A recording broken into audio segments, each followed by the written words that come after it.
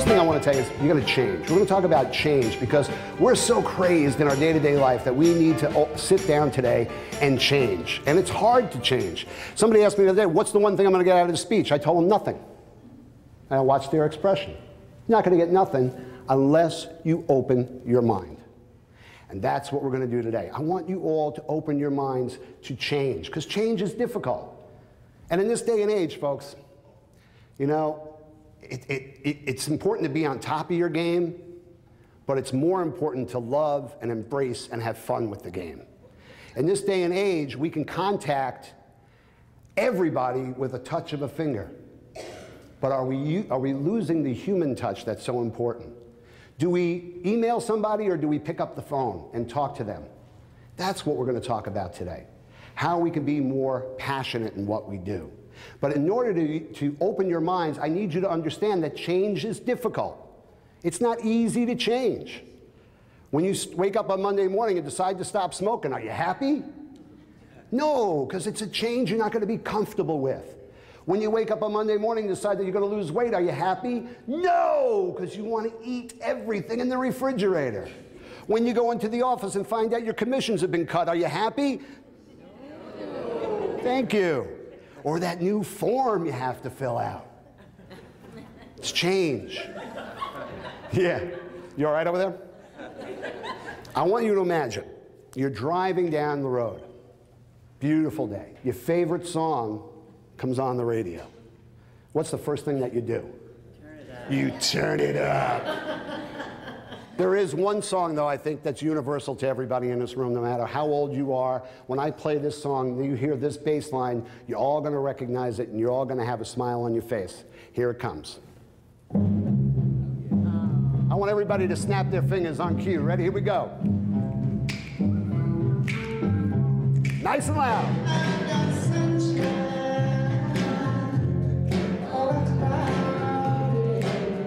Louder, I can't hear you.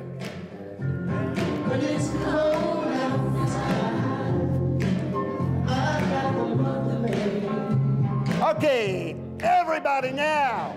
I guess you say what can make me feel this way. My girl, my girl, my girl, talking about my girl, my girl. Give yourselves a round of applause. So how do we get to the pursuit of passion? There are 5 P's that I want you to walk away with today that will change your life. Remember when I said before, you want to be open. The first one is positive thinking. No negative waves. You think negative, you act negative. Nobody wants to buy from a negative person. Great example is if you ever gone, a friend of yours says, you know what, you got to try this restaurant. It's the best restaurant in the world. And you and your spouse go for dinner, and you're going to spend some serious bucks. That whole experience, no matter how great the steak tastes, that whole experience really weighs on the type of service that you get. If you get a waiter or a waitress that's just having a rotten day, it ruins everything.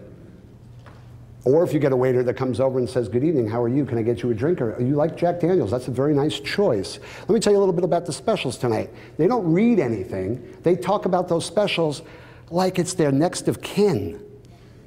Yeah. Positive, positive, positive attitude pays off. And persistence goes with that. And of course, the flip side of persistence, you just gotta have patience, because it'll come.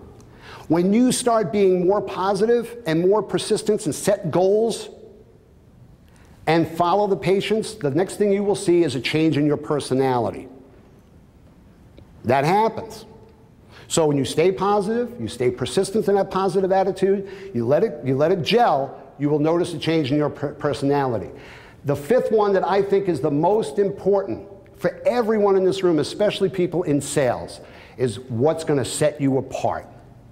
The power to be different. That's the most important, because in this day and age, you gotta be different than your competition.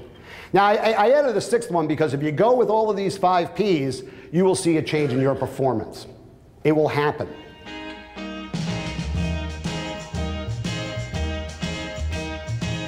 Wouldn't it be really cool if you could take that enthusiasm, that passion that you have for your hobby, and convert it into another place. Convert it into your job. Convert it into your career. You have a real passion for food. I absolutely love to eat. And many, many years ago, there's a very famous Italian restaurant in New York called Il Vagabondo. And Il Vagabondo is on the upper east side of New York. It's famous because it has an absolute real live bocce court inside the restaurant where you can play bocce while you're waiting for your spaghetti and meatballs. And it's also famous for their waiters. Their waiters are the old-time waiters. And I was there one night with an old friend and a couple of his friends from Denver, Colorado. There was like 8 of us at this restaurant. And we had this crotchety, old, you know, Italian 70-year-old waiter who wouldn't smile, and we kept, you know, kind of jabbing him every time he came around, and he walked around behind my chair, and I heard thud, and he went down on the ground. I thought it was a joke at first until I saw him turn blue. And little did I know that the 2 people that were with me that night, one was an ex-EMT and another one was a nurse. They jumped up without even thinking. One started pushing on his chest, the other one started giving him mouth-to-mouth. New York City EMTs got there within a matter of minutes, which was very surprising in New York. And I don't know if you've ever seen anybody get paddled live before, but it's an experience I never, ever, ever want to see again. This man was blue, he was gurgling, he was gone. And they brought him back 4 times. People were leaving the restaurant. It was Saturday night, you know. New York City restaurant, Saturday night, place is packed. People leaving the restaurant. This took almost an hour to finally revive him to the point where they can get him to the hospital. And so when they finally got him out the door, the manager of the restaurant comes over and thanks the 2 people that were with my party and said, I can't thank you enough. He is one of our oldest and dearest waiters here, and he was just shaken up. So the manager says, look, in fairness, everything is on the house, everything. I can't thank you enough. And he walks away. So the lady who was the nurse said, you know, I don't know about you, but I don't think I can eat after that. And it kind of went around the table, saying, I don't think I can eat. No, I don't feel like eating. Until it got to me. Because I'm thinking New York City restaurant. So I said, he would have wanted us to eat. Let's talk a little bit more about who else is passionate in our life. Kids.